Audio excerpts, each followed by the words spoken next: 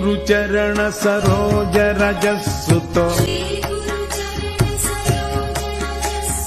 మనసను అద్దము శుచిగా వించి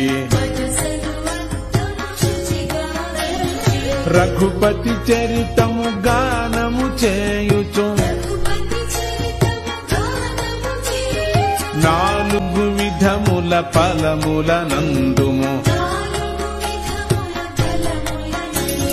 హనుమను విడువక తలచిన భక్తిగా బుద్ధిహీనతయు తొలగును నిజముగా